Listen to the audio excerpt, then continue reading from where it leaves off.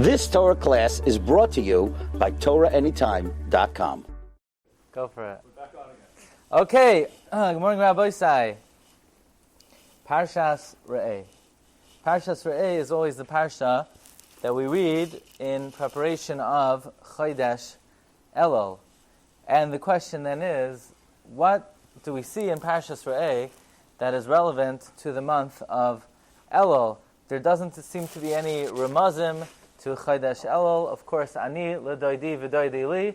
I got an invitation today, an email for a wedding the night of Rosh Chodesh Elul. It said on top, ani l'doidi v'doidi li. But as we know, that doesn't say that in Parshas Re'eh. And there are many remazim to Elul. Ina liyadai v'samti l'cha. There's also a remez to Elul, also not in Parshas Re'eh. Es levavcha v'es levav. Also a remez to Elul, also not in Parshas Re'eh. And there are many, many remazim to Elul. The only thing is, none of them are in Parshas Re'eh. And as the Shlach Kadosh teaches us, the Parshas of the year are read at times that are relevant to that Zman of the year. So what does Parshas Re'eh teach us about the upcoming month of Elul, Haba Aleinu L'Taiva? This year, Rosh Chodesh Elul, I believe, is Tuesday, Wednesday, Monday night, yeah? Okay. What? Well, you want to know what kind of shiurim would I give when they read the Torah once every 3 years? I have other things I need to worry about before that, but that would be a problem, Okay, so what does Parshas Re'eh got to do with Chodesh Elul? So the Mishnah tells us in Masechta Rosh Hashanah that 4 times a year the world is judged. Ba'arba prakim ha'olam nidain, b'Pesach al atfuah, on Pesach on the grain, ba'atzeres al peros ha'ilon, Shavuos on the fruits of the tree, b'Rosh Hashanah, on Rosh Hashanah, kol boi olam oivrin lefanav, the whole world passes before him, kivnei marayin, like the b'nei marayin, shenemar hayoytzer yachad libam, he creates their hearts together, hamevin al kol ma'aseyem, uvechag nidoinim alamayim. On Sukkot we're judged on water. So there are 4 occasions over the year that the Rebbe Shalom judges the world: on Pesach on the grain, on Shavuos on the fruits, on Rosh Hashanah the whole world is judged, and on Sukkot the water is judged. The question is, what does it mean that the Rebbe Shalom judges us like kivnei marayin, like young sheep? We don't even know what those words mean. What does the Mishnah mean? Kivnei marayin. So the Gemara in Masechta Rosh Hashanah, on Daf Yirches, asks the question, "My kivnei marayin." What does it mean, like b'nei marayin? So the Gemara actually gives 3 interpretations what it means. Kivnei marayin. Says the Gemara, "Hacha targimai." Here in Bavel they translated it kivnei imrana. Kivnei imrana, like young sheep. Says Rashi, kikvasim shemoinin oisam, like sheep that they count. La'asron, for meiser. V'yoitzin ze achar ze, and they exit one after another, the Pesach katan, through a small entrance. She'eni cholim latzeis ke'echad. They're not able to all go out as one. So you could just imagine the scene. You're a farmer, and you have a pen of sheep, and there are 50 sheep in the pen, and you open up the door, and they're all sort of fighting with each other who's going to go out first. And the only thing is, there's a very narrow exit, and they can only go out single file, one at a time. That is how the Rebbe Shalom judges us on Rosh Hashanah. Kivnei marayin means kivnei imrana. The point being, single file. Fine. Reish Lakish Amar. Reish Lakish says, Kema'alois beis marayin, like the ascent of beis marayin. Says Rashi, what is the ascent of beis marayin? Haderach katzar, the road is narrow. Ve'in shnayim michoylin leilech zeh b'tzad zeh, and 2 cannot go one on side of the other. It's like going up to Amuka. If you ever drove up to Amuka and you survived and you're actually still alive, then you would know that it's a very narrow road. Somehow it's like a 5-lane highway, cars going in both directions, even though there's not really enough room even for a little car. Somehow, mamish, it's nisim gluyim. It's a very narrow way. That's what it means, kemalois beis marayin. It's some kind of ascent. And we're going to see let's say, for example, people would travel a distance and they would want to get a triptych. So they would go up to the booth on the top of the mountain and they would get their ticket. But you could not go double file. You could only go single file. It was a very, very steep mountain, a steep cliff. And you can only walk one at a time. That's what it means, kemalois beis maroin. And then the Gemara continues, Amar Rabbi Yehuda, Amar Shmuel, kechayalois shel beis David. Like the soldiers in David's army. Says Rashi, kechayalois shel beis David, or kivnei maroin. What does it mean, bnei maroin? Kivnei chayalois shel melech. Like the soldiers of the army of the king, maroin, lashain, maros, va'adnos. Maroin is the language of a master and a general. V'kacha yumaynim ma'isam. This is how they would count them. Yoitzim ze'achar zeh, one after another. B'tseisam l'machama. In other words, you would have a general, and the soldiers would be marching one after another. And who went first and who went second? Well, the general would say you, and then you, and then you. In other words, the mashal being, this is another way to say single file. So we have three ways to translate the phrase kibnei maroin. The first one in Bavel, they would say like sheep coming out of a pen. Reish Lakish would say like the ascent of beis maroin. And Rabbi Yehuda said in the name of Shmuel, like the soldiers of David's army. They all agree, Rabbi Isai, that the way that Hashem judges us on Rosh Hashanah is single file. There are just three ways of expressing it. It's the Mishnah expresses it kivnei maroin, and there are three interpretations of what that means, but everybody agrees that it means single file. Comes Rav Itzla Petterberg. And Rav Itzla, if you hadn't guessed that the Shiur today comes from Itzla Petterberg, Rabbi Yitzchak Blazer, who lived from Tav Kuf Tzadik Zayin, which is 1837 till Tafresh Samach Zayin, 1907. He lived 70 years. Rabbi Itzla Petterberg was one of the primary disciples of Rabbi Yisrael Salanter. Rabbi Yisrael had three main Talmidim. He had the Alter of Kelm, Rav Simcha Zisel, and he had Rav Itzla Petterberg, and Rav Naftali Amsterdam. And each one of them had their Maila. The Alter of Kelm, I believe, was called the Chacham. Rav Naftali Amsterdam was called the Chassid, and Rav Itzla was called the Lamdin.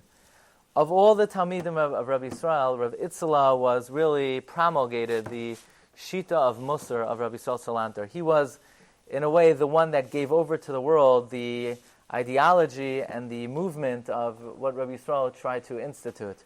In fact, the work of Rabbi Yisrael Salanter, we don't really have Svarim from Rabbi Yisrael Salanter. We have something called the Ar Yisrael. These are the letters of Rabbi Yisrael Salanter. It was collected and codified by Rav Itzla Petterberg in a work called Ar Yisrael. In the Ar Yisrael, you have another three smaller works. You have Koich Veyar. Koich Veyar are like the essays of Rav Itzla Petterberg. You have something called Shareyar. Shareyar is Rav Itzla's, you could say, his magnum opus on Yira Shamayim. And then you have something called Nesiva Yisar. Nesiva Yisar are the stories and the practices of Rabbi Yisrael Salanter. So really it comes with four works in one work. You have the Ar Yisrael, which are the letters of Rabbi Yisrael, the Koich Veyar, which today's Shiur comes from the Sefer Koich Veyar of Rav Itzla Petterberg, Siman Daled. You have the Shareyar, and you have something called Nesiva Yisar. Now I remember this piece, the Koich Veyar, I learned I think when I was 15 years old in camp a long time ago. I had a Rebbe in Yeshiva, Rabbi Meza. So this piece is very dear to me. I learned it, it's Girsa de Yankusa. And Rabbi Itzla Petterberg asked this question. First of all, why does Ribbon Shalom judge us single file? For what purpose? What, it makes it easier for him? Can't the Ribbon Shalom sort of gather everyone together and beskira achas in one glance, sort of shots up everybody's respective merits and demerits and give an instantaneous judgment? Why does Ribbon Shalom judge Klal Yisrael single file? For what reason? What's the purpose? What's the function? Ribbon Shalom doesn't need to do it that way, so why does he do it that way? In fact, the Mishnah even says, Hayoitzer Yachal Libam. He created everyone's heart together. So why doesn't he judge us all together? For what purpose does he judge us single file. But Marav Rabbi say, the real question here is, it's not rocket science. In other words, the main point of the Mishnah is that the Rebbeinu Shalom does not judge us altogether. He judges us single file. So let the Mishnah just say, on Rosh Hashanah, you don't go into shul with your Kiddush club, and you don't go into shul with your shul table. You go all by yourself. It's single file. So the Mishnah should say, Rosh Hashanah, kol bai olam oivrin lefanav zeh achar zeh. One after another. Normally, the only reason we give a mashal is we're trying to explain a difficult concept. This is not a difficult concept. If you cannot grasp that on Rosh Hashanah, that Rebbeinu Shalom judges each person one at a time, then you need to get back to the basics, go back to first grade, and they'll explain to you the most basic concepts of human existence. 1 plus 1, triangle, square, rectangle, that there's... What exactly is the difficulty in understanding the concept that on Rosh Hashanah, the Rebbeinu Shalom judges a person one by one, single file? This is not something we need a mashal for, let alone 3 different mashalim. Why would you need 3 different mashalim? A mashal is trying to explain a difficult concept. So not only do we need a mashal, where the Mishnah says kivnei marayin, we need 3 different mashalim to explain it. What is so difficult about this? Says Rav Itzela. Can we get some air in here? Says Rav Itzela. Yeah. So it says Rav Itzela. Ulechayra yipla ma'od. Let's take a look at number 4. Matzorach hatano lahasbir b'mashal davar pasha kazeh. For what reason does the Tana need to explain with a parable such an obvious thing, that the whole world passes before the Rebbeinu Shalom zeh achar zeh, which is the mashal of Kivnei Marayin? The Tana should have said rather simply, Kol bai olam oivrin lefanav zeh achar zeh. Now the Tana adds more. The Tana doesn't just say that on Rosh Hashanah everyone passes before God one after another. The Tana gives cases where not only do the people pass one by one, but they have to pass one by one, and there's no way to get in 2 together. What's the point of that? What's the lesson of that? What's the message of that? So the first thing, let's try to understand, let's go back to what we discussed earlier. Why does the Rebbeinu Shalom judge us on Rosh Hashanah one by one? So what we're going to learn is that the function of judging a person one by one is for a very important benefit. Says Rav Itzela, take a look at the Gemara Masechta Rosh Hashanah on Daf Ches. The Gemara says in Rosh Hashanah Daf Ches, it says, Chayk li Yisrael hu mishpat le'lokei Yaakov. What does it mean, Ki Chayk li Yisrael? Says the Gemara, Melamed she Yisrael nechnasin tchila ladin. What we learn from here is that Klal Yisrael goes before the Rebbeinu Shalom first, and only then the Umayis Ha'olam. Kid Rav Chizda. The Amar Rav Chizda, Melech v'tzibur melech nechnas tchila. If the Rebbeinu Shalom is judging the Jewish people, and there's a king, and then there's the rest of the people, the Rebbeinu Shalom judges the king first. Shenemar mishpat avdoi u'mishpat amoi. First the servant of God, the king, and only then the people. My taima, what's the reason? So the Gemara gives 2 reasons. Iba yisema lav oirach ara lameka malka avroi. Number 1, it's not derech eretz to leave the king outside. The other answer is before God anger flares. That the Rebbeinu Shalom judges the king before he gets angry. So the question is, what's going on over here? What do you mean before Hashem gets angry? Everybody knows, and v'chol ma'aminim shehu yodeya, everybody knows and believes that the Rebbeinu Shalom knows all of our actions, all of our thoughts, all of our motivations, all of our inclinations, before he actually judges us and we stand before him. So what does it mean Hashem judges the king before he gets angry? Says Rav Itzela Petterberg. By the way, Rav Itzela was known as a tremendous tzaddik. It's said over about Rav Itzela that if you didn't see him on Yomim Noraim, that you never experienced a Yomim Noraim. It's let me share with you.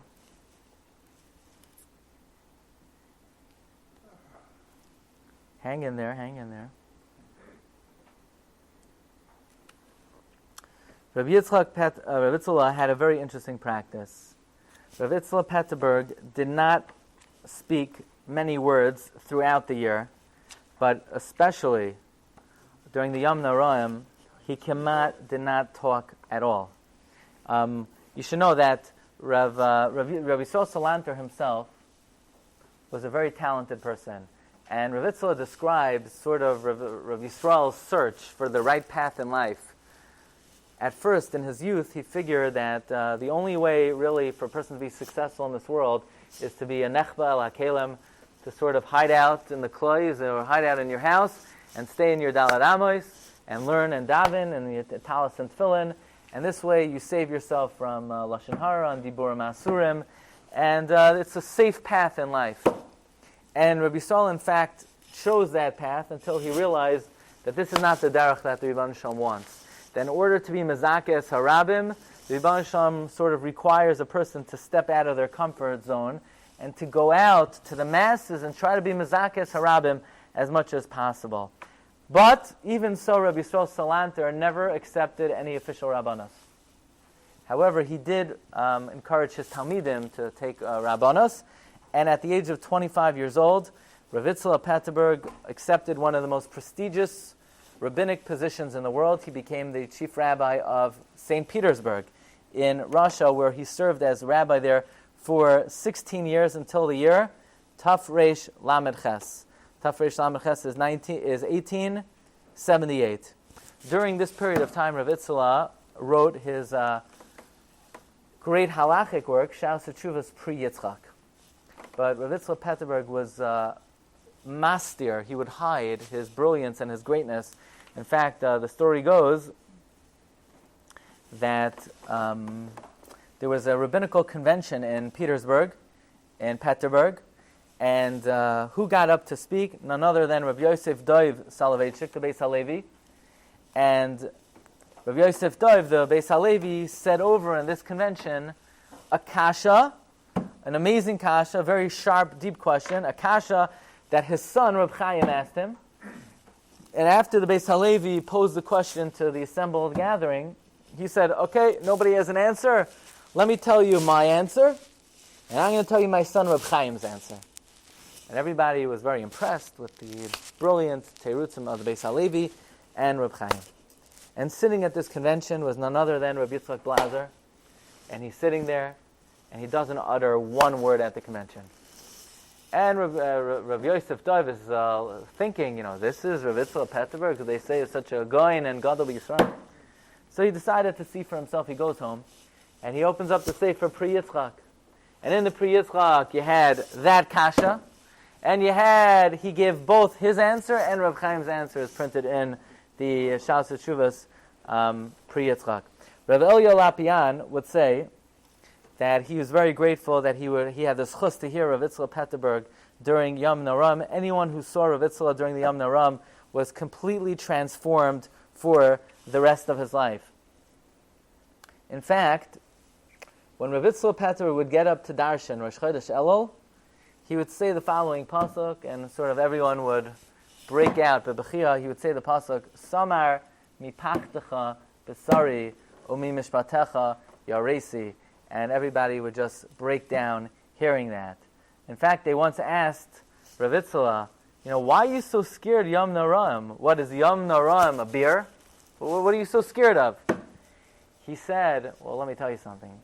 Even the great David HaMelech, who said, Games ha'adoiv, games ha'ari hika avdecha, even the great David HaMelech, who wasn't scared of the bear or the lion, David was scared of Samar mipachtecha basari. David was scared of the impending mishpat. Well, in the Hakdama of the Ar HaMusar, printed in 1887, Reb Chaim Berlin writes that Reb Yitzchak Blazer came to him and told him, do me a favor, when I go, I don't want any hespedim.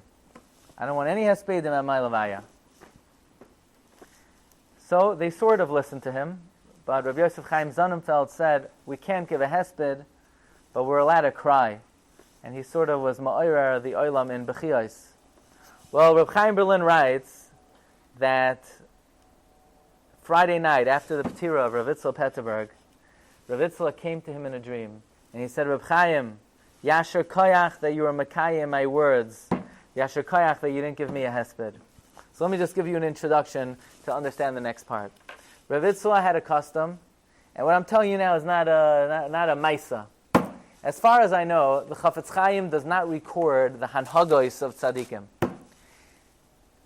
The only hanhaga that I'm aware of that the Chafetz Chaim records is if you look at the end of the piece over here, in number 24, in the Sefer Chayvas Hashmira, the Chafetz Chaim writes that Shamati, Shenohag Hagoyin Hatzadik Rav Itzla of Bezin Peterburg, that from Rosh Chodesh Elul until after Yom Kippur, Hayamesim Atzmai Ki'ileim Ka'atzas Chazal, that Rav Itzla Peterburg did not talk for 40 days from Rosh Chodesh Elul until after Yom Kippur. Says the Chafetz Chaim, you can't follow that. You can't do 40 days. At the very least, you shouldn't talk from Rosh Hashanah until after Yom Kippur.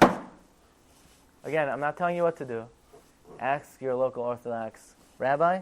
I'm just reporting to you what the Chafetz Chaim writes. That Rav Itzla Petterberg did not utter a word for 40 days. Says the Chafetz Chaim, "V'hapoiches la yivchos al kalpanim me'asara yamim shebein Rosh Hashanah liyom HaKippurim." Rav Itzla once had a baby during the Yemei Elul. So what did he do? He went to his wife, and he told his wife the following two words: Mazel Tov, and that was it.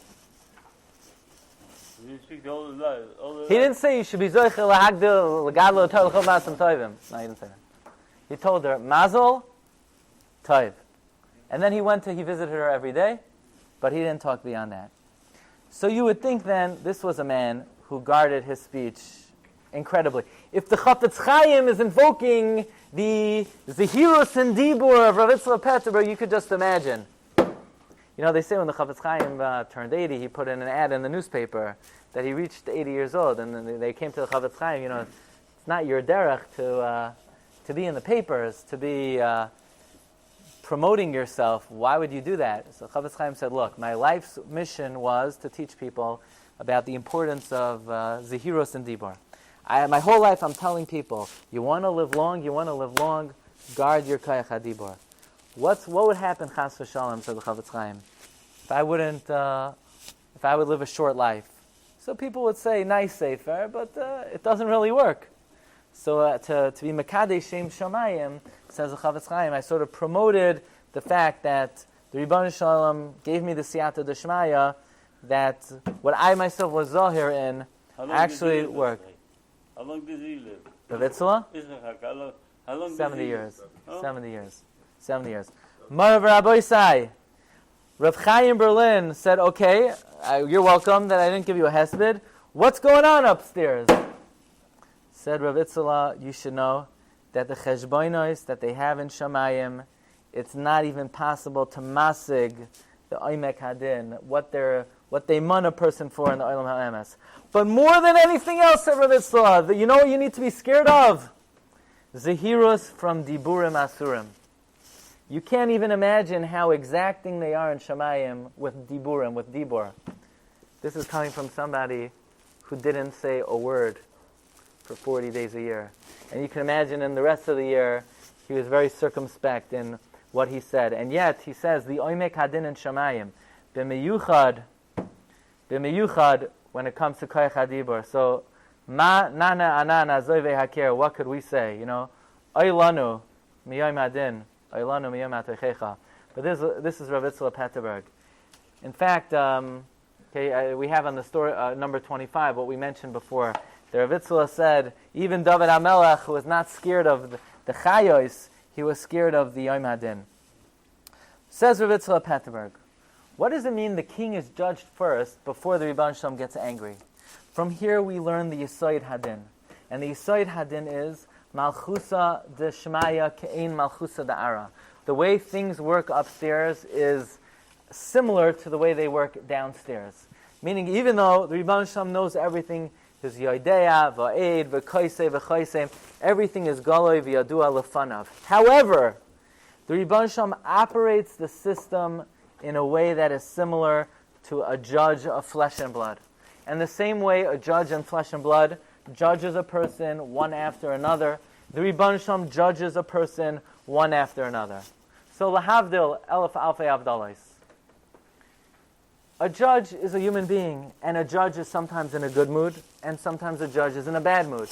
So let's say in the beginning of the day, first the judge is dealing with expired meter, and then he's dealing with a speeding violation, and then a moving violation. And in the beginning of the day, he's in a good... By the end of the day, watch out. You don't want to step in front of the judge. At the end of the day, he's in a rotten mood, he's in a bad mood, he's in a foul mood.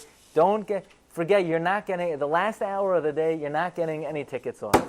The best thing to do is just postpone it to another time and hope you get him after breakfast one day. Says Rav Yitzchak Petterberg, what we see from the Gemara is Lahavdil Elef Alfei Avdalois. It works the same way with the Rebbeinu Shalom. That those who the Rebbeinu Shalom judge first, the Rebbeinu Shalom has a better mood, so to speak. Could we say such a thing? Says Rav Yitzchak, that's how we have to understand it. Because since we're human beings, the Rebbeinu Shalom wants us to relate to the din as we would relate to a real court case.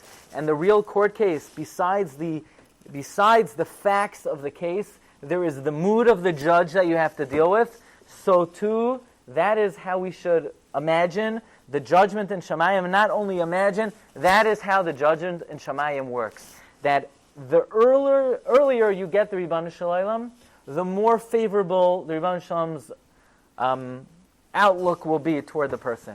And if you're able to get the Rebbeinu Shalom in the morning or in the beginning of the process, you'll have a much, much better outcome than at the end of the process. In fact, says Rabbi Tzala, the critical ingredient in the outcome of the din is where your position is on the line.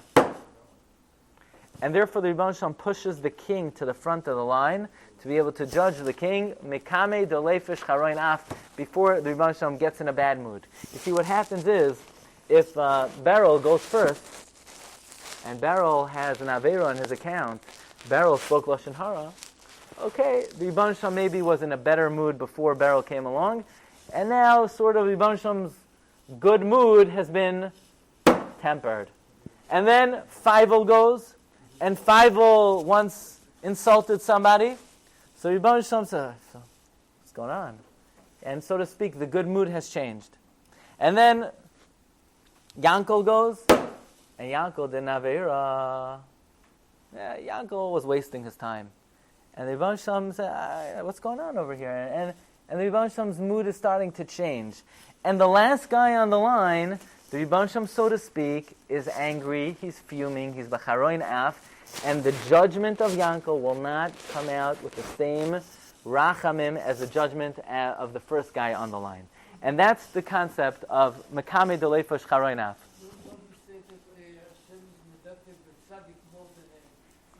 Yeah, so okay, we're gonna try to explain this as much as possible. No, God is not human. But the way we should imagine and picture it and relate to it, that the Rebbeinu Shalom knows that we're human, and we're Basar V'Dam, and we have limited capacity to relate to the Creator of the universe. And therefore He wants us to envision that the din takes place in a flesh and blood system in order for us to relate to it properly. Does it work that way? In fact, it does work that way, because Rebbeinu Shalom wants us to picture it that way. Now, we're going to explain. So therefore, what is key, says Rav Yitzchak, is not only what it has in your repertoire, and what you're accounting, and what your book says, what the ledger says. What's very important, maybe equally important, maybe even more important, is where you are on the line. Well, says Rav Yitzchak Petterberg, the message and the image of Rosh Hashanah, Kol Ba'ei Olam Oivim L'fanav Kivnei Maraim. The point is not single file. For single file, we don't need a mashal, we don't need a parable. It's not rocket science. The Mishnah could just say, Rosh Hashanah, Kol Ba'ei Olam Oivim L'fanav, Zeh Acher Zeh. The point of the parable, Rabbi Sai, is not single file.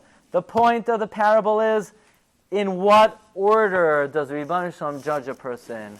How do you get to the front of the line? What is the way in which a person could merit to be judged before others? We know already, the Melech, Ve'am, Melech, Nidoin, Tchila.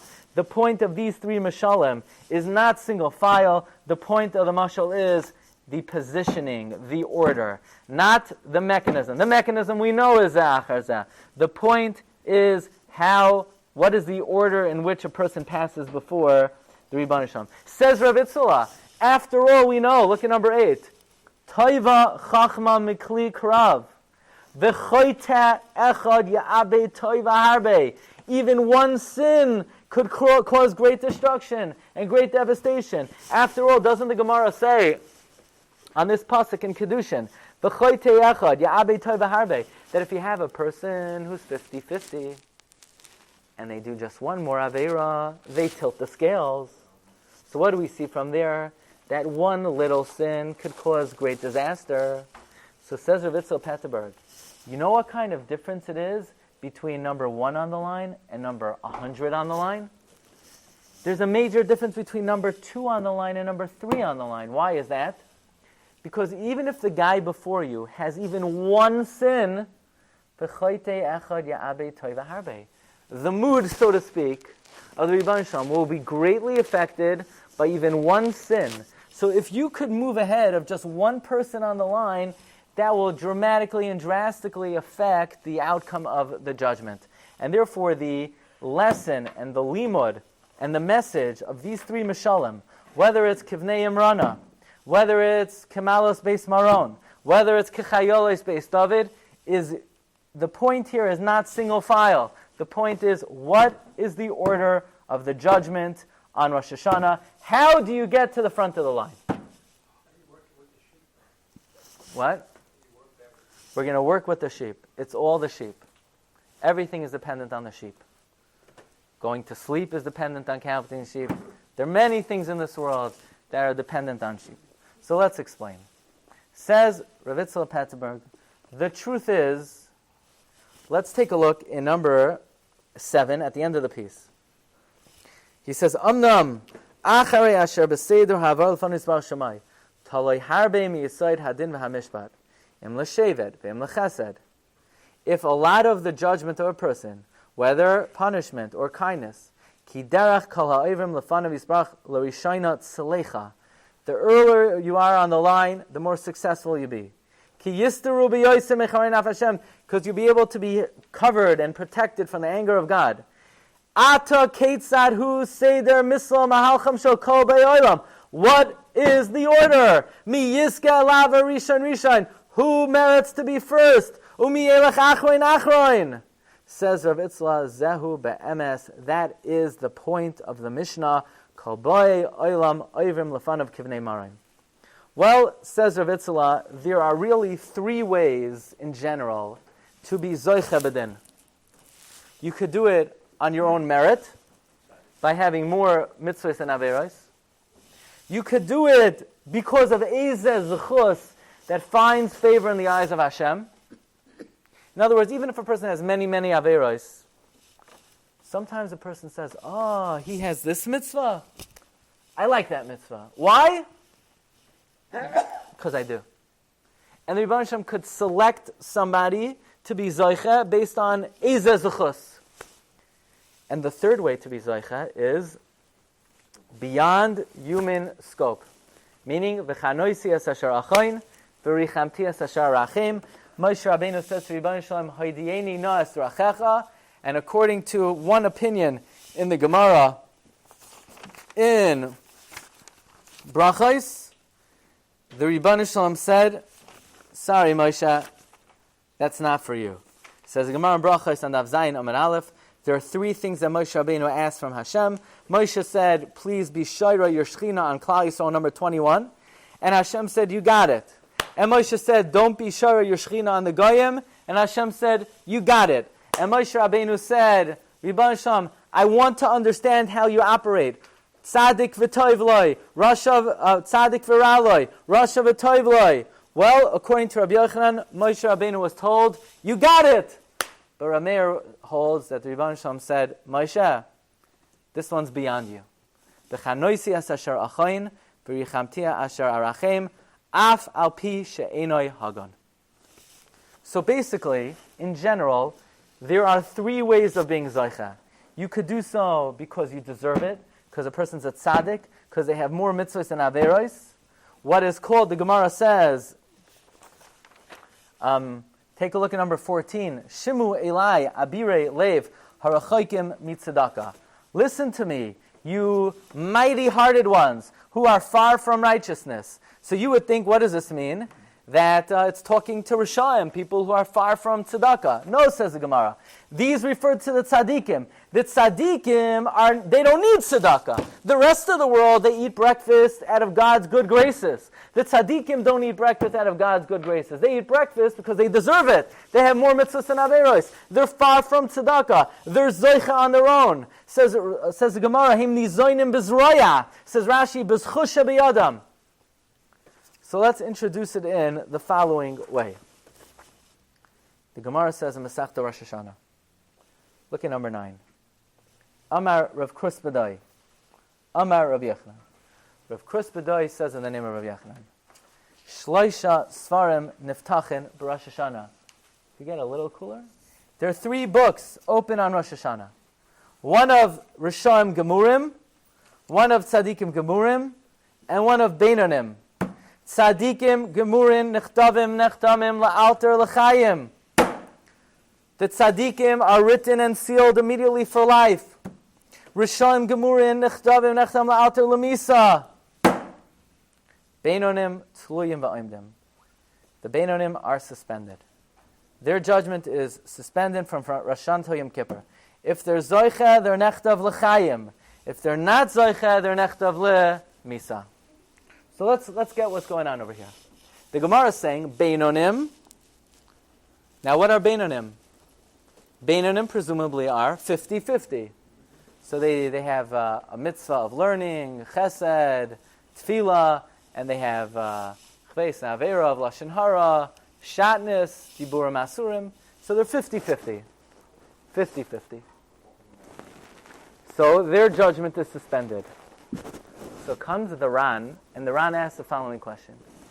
If a Beinoni is 50-50, then a tzaddik is someone who has even one more mitzvah than Avera.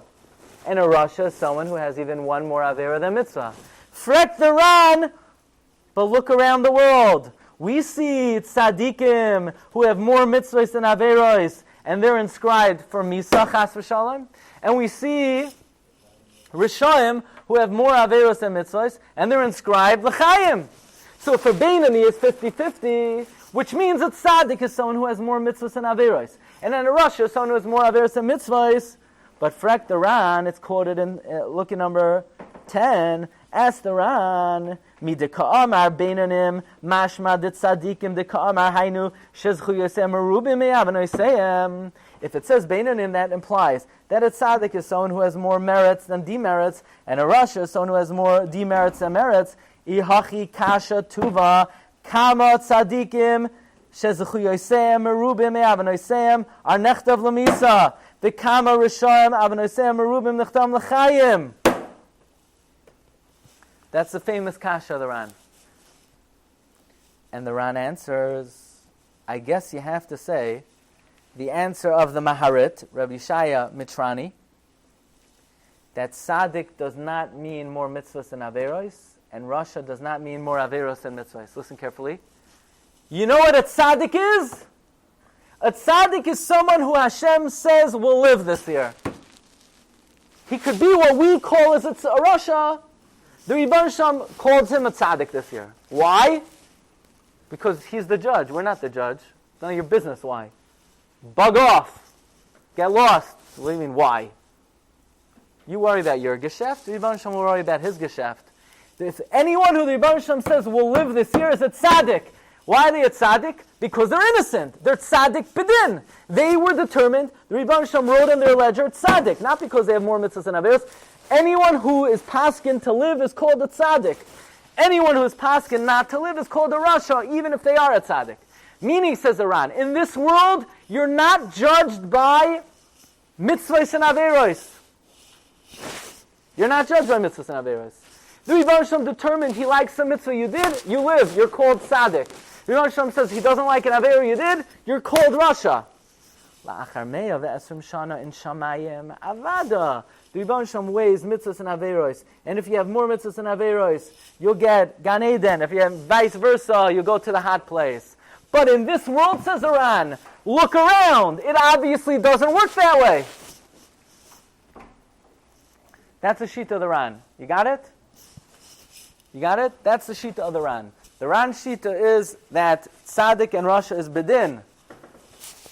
Tzaddik and Rasha is Bedin. The Rambam argues.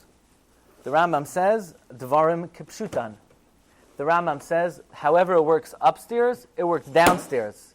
If you have more mitzvahs than Averos, you live. If you have more Averos than mitzvahs on Rosh Hashanah, it's gepaskind, chas v'shalom, not. A Beinanim is 50-50. In other words, the Ran learns, Beinani is someone the Rebbe Shalom is undecided about. Tzaddik is someone who the Rebbe Shalom decided will live, despite the fact that they have 1,000 Averos and one mitzvah. And a Rasha is someone who the Rebbe Shalom decided will not live, despite the fact they have 1,000 mitzvahs and one Avera. The Rambam says, no. The Gemara says that 3 books are open. A Beinani is someone who's 50-50. A Tzaddik is someone then who has more mitzvahs than Averos. And a Rasha is someone who has more Averos than mitzvahs. The Rambam writes explicitly in number 12. Kishem sheshoiklin avoinois adams chuyosav b'shas misasai kach b'chol shana v'shana shoiklin avoinois kol echad v'yachad mibaya olam. The same way it works upstairs, it works downstairs. If someone has more Averos, they don't make it through the year. If someone has more mitzvahs than Averos, they make it through the year. If they're 50-50, they better get their act together by Yom Kippur. So what's the question? The Ran's question! Look around the world! It doesn't work that way! The Metzius is not that way! Says Rav Yitzchak Petterberg, like only he can. Who do we paskin like? The Rambam or the Ran? Do things work simply? Or is it sort of, we don't understand? Says Rav Itzala, we paskin like the Rambam. The way they taught you in kindergarten is how it works. If you have more mitzvahs and Averos, you make it through. If you don't, you don't. We see not like that. Nothing's guaranteed. There are exceptions to every rule. That's the exception to the rule. The majority of cases, tzaddikim, they live long, happy lives. The majority of cases, people who do not act properly in this world, rak be'einecha sabit b'shilumas v'sham tera. You listen to the news and you hear some meshugana star died of overdose. So that's the Rambam. He's more averos and mitzvahs. God took him away. This guy and that guy, we're not the judge. We're not the shofet. There's something called tzaddik v'rala in Rosh Hashanah, and no one has the authority to say, I know how his judgment worked. It's nobody's business. But in the majority of cases, the derech klal, the system works the way the Rambam learns it. If you want, I want to read this to you inside, because anybody who I ever told this to didn't believe me until I showed it to them. Everybody's very incredulous of this. So let me read it to you inside. Look at number 13, second paragraph. Amnam. Im kilifa'amim gam tzadikim gemurim hein meschayvin bedin b'nei eza avera kala v'chein rashaim gemurim zoichem bedin b'shol eza zuchas. Yes, it's true. You could have a tzadik gamor who is found guilty in din in this world because of a small sin, and you could have a rasha gamor that they continue to live because of a merit. Achein zehu rak betur yotzei min haklal. It's an exception to the rule. Now, let me just tell you, exception doesn't mean in the minority of cases. There could be many, many, many exceptions. I don't know the percentages. But no, I don't know. No, right, what? Maybe not. No, maybe not. In other words, like this. If you want to know how it operates, this is the way it works. This is the way it works. It could be there are just many, many, many yechidim. You say, but that's not... With a parent, a parent can have a certain way of doing something, And more often than not, they break their own rule. But if you ask the parent, this is my policy, I rarely follow it, but this is my policy. So go on. What you say, Yeah. we don't know what the schara של מצוות and עבירות. The answer is because I don't. In such a case, we don't know. It is what we think עבירה קלה is עבירה חמורה. אין לדעת עבירה. Okay, so I openly tell you, have a great day. I hope you enjoyed it so There's no far. justice. What? There's no justice. No, there's more. It gets better. So, yeah, it's a tough shiur. It's not for everybody, you know. So, but Mar Rabbi say, look, it says Kasher Eincha Yodea Bebeten Hamalea Kach Einam Yoidim Darkei Hashem. We don't know the Darkei Hashem, and I'm not here to tell you the Darkei Hashem because I don't know anything. But what the Gemara tells us and what the Rishonim tell us, that we do know. So the Gemara tells us that Hashem judges a person on Rosh Hashanah, and the Rishonim argue how the process works. The Ran says it works Tzadik B'din, Rasha B'din. The Rambam says it works Kipshutai. And Rav Itzla Petterberg, who is one of the Amudei Olam, he sort of is Machriya. Let me just tell you something. He says, Ulam, B'derech Klal Yesh Lanu Lahamin. He says part of the Emunah is that this is how it works. Ki bevadai, he says more than me. Bevadai al pi roiv hamaisa.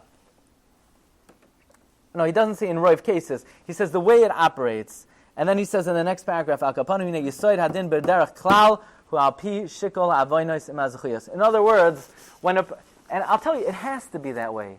How could a Jew go into Rosh Hashanah saying, Rosh Hashanah, it doesn't really matter how many mitzvahs averos. It all matters of if the Rebbe Hashem likes you, you'll be a tzaddik this year, and you'll make it through. And if he doesn't, you'll be... So basically Rosh Hashanah has no meaning to anybody because nobody has any clue or any idea how the system works. So Rav Itzla is saying a person should have the emunah that in general the way it works is through mitzvahs and averos, and therefore it's incumbent upon a person to do tshuva and try to minimize the averos and try to maximize the mitzvahs.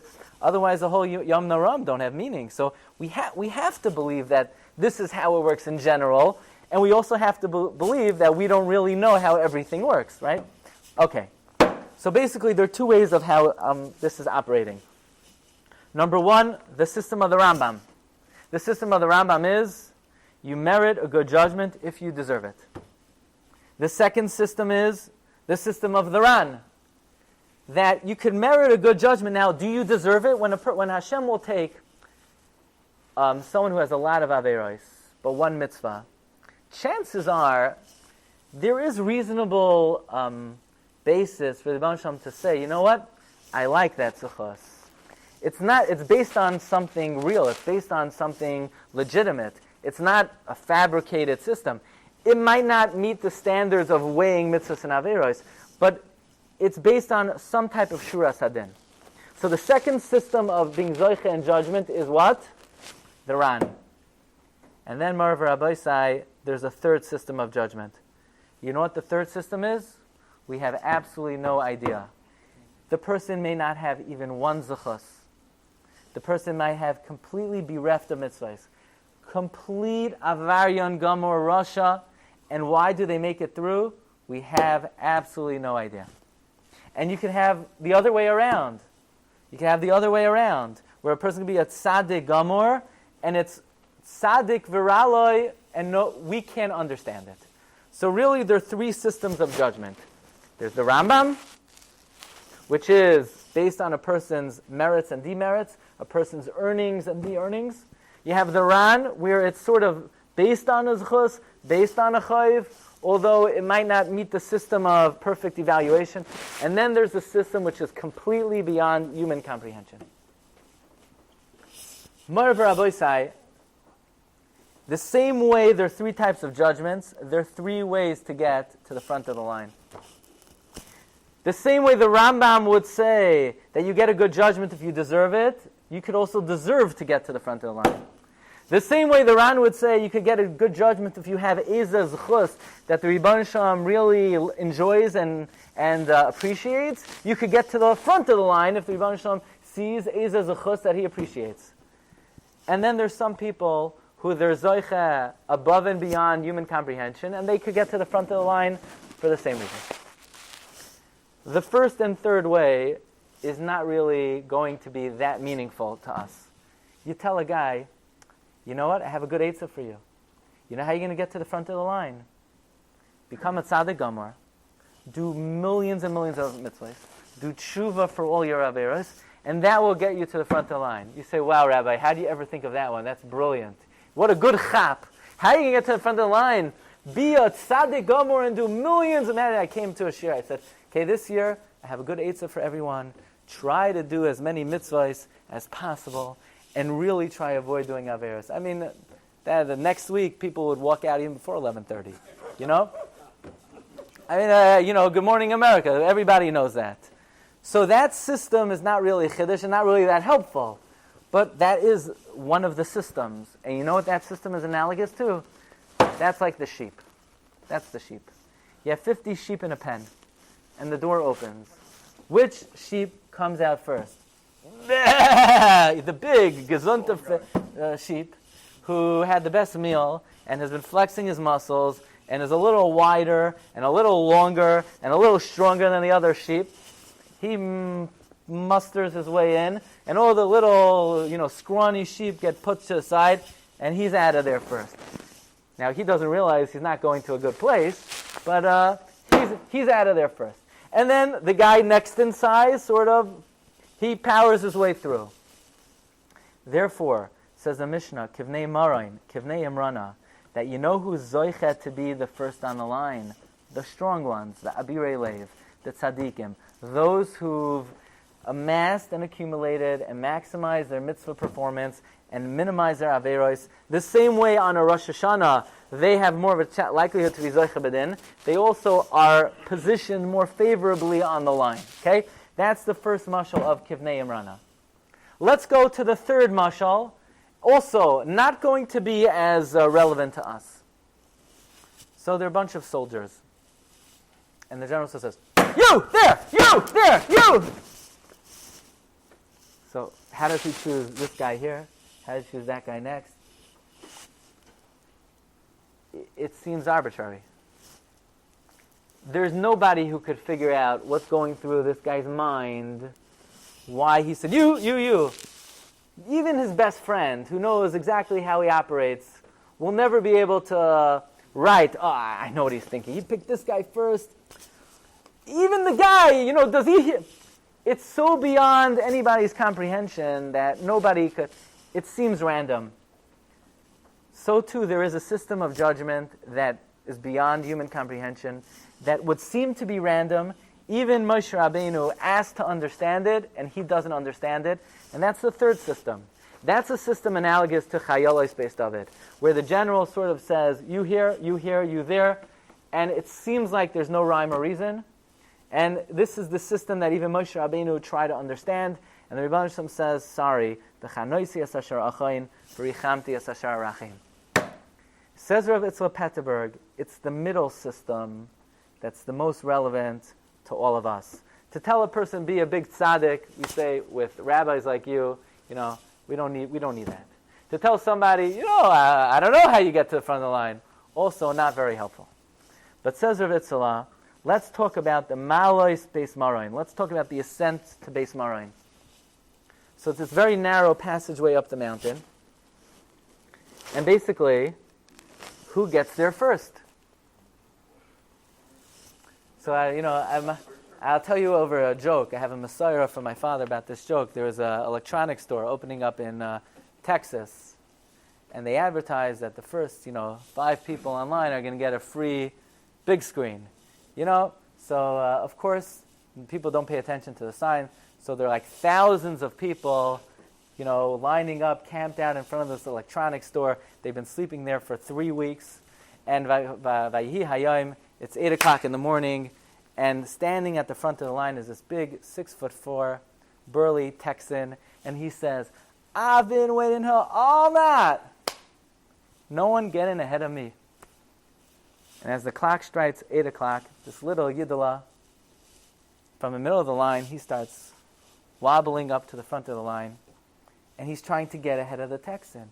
And the Texan said, I've been waiting all night if I let you get ahead of me. and he just ignores him, and he goes to the front of the line, and the Texan picks him up. He said, "Did you hear me?" And he just ignores him, and the Texan punches him out. The Yiddilah is lying there unconscious. The police come. They turn to the Texan and say, "What's your story?" He said, "I've been waiting all night. I don't let this Jew boy get ahead of me." Turn to the Yid. He says, "If that guy knocks me down one more time, I don't open the store." So, the question is, how do you get... The question is... Pretty good audience. So, the question is, how do you get to the front of the line? And the answer is, first come, first serve. It's not the strongest. It's not the smartest. It's whoever gets to the front of the line is at the front of the line. How do you get... Who gets the first ticket? Whoever's camping out there before.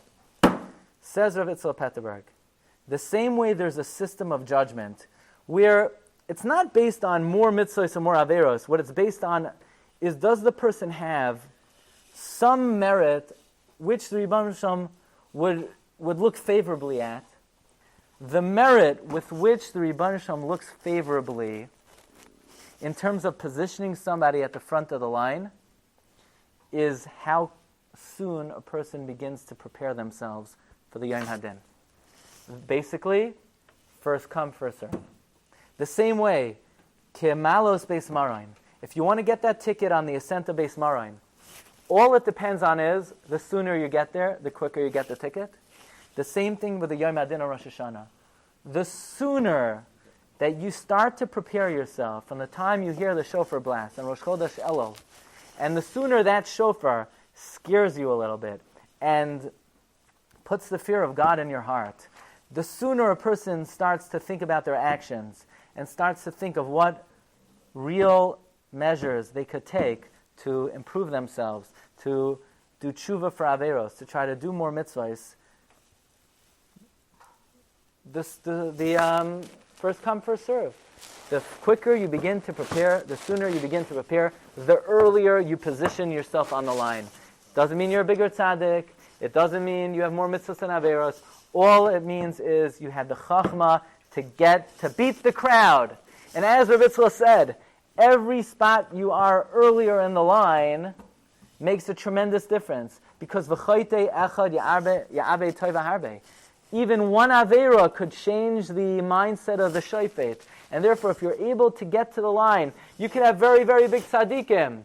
But you could get ahead of them if you start to prepare yourselves earlier for the din. So says Rav Itzla, as soon as you hear the shofar blowing, Rosh Chodesh Elul, it's well known that Rabbi Yisrael Salanter talks of how a person has to utilize the sound of the shofar to wake a person up and to think about their actions and for introspection, think how one could prepare themselves for the Yom Hadin. So basically, says Rav Itzla, the middle category of how to get to the front of the line is Kol Hazorez Hareza Niskar. First come, first serve. So you say, Rabbi, everybody knows this piece in the Kach Le'ar. So it's not going to help me because, there are 25 people here, and everyone here, the second they hear the sound of the shofar, is going to be clamoring to prepare themselves. So I'm not really getting ahead of the crowd. So, all the B'nai Torah, they know this Rav Itzla.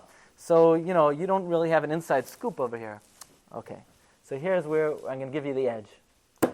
Because there's a pasuk in this week's Parsha.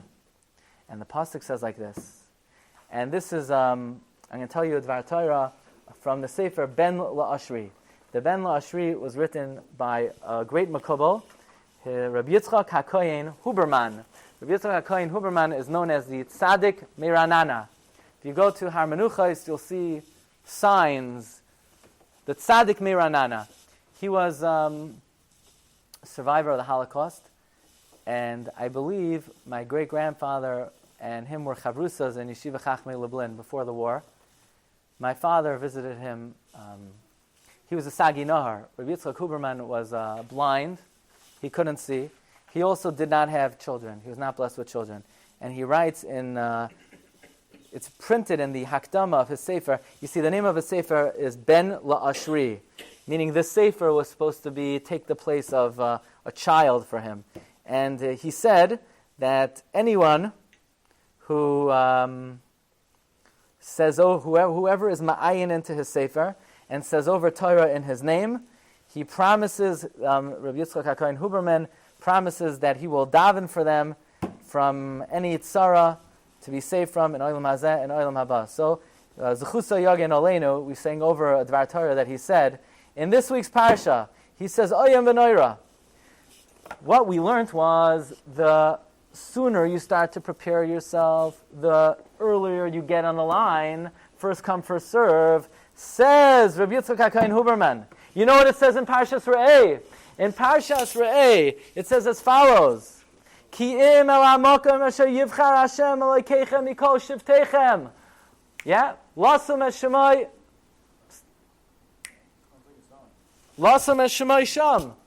L'shichnai sidrashu uvasa shama. It says, L'shichnai sidrashu uvasa shama. Says Rabbi Yitzchak HaKohen Huberman.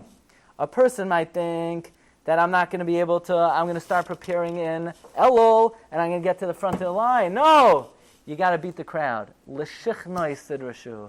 The neighbor of Elul start to be Darish Hashem. We know that 30 days before a person has to be shoyel v'darish be'inyan hachag. So says Rabbi Yitzchak HaKohen Huberman, l'shichnai sidrashu. From when you have to start being darish, l'shichnai. Go to the neighbor of Elul. Start already in Av. If a person starts preparing already in the Av, so then they're able to beat the crowd, beat all the people who are already starting to prepare on Rosh Chodesh Elul, and this way we should be zoicha to position ourselves in a favorable position, and we should, so to speak, be judged berachamim gemurim. We know the word Av is Rosh Tevois, Elul ba, that Elul is coming. So we should take advantage of the final days of Av, and we should all be zoicha, Mirz Hashem, to a ksiva v'chasima taiva. Go ahead. What? Why? Everybody knows this one.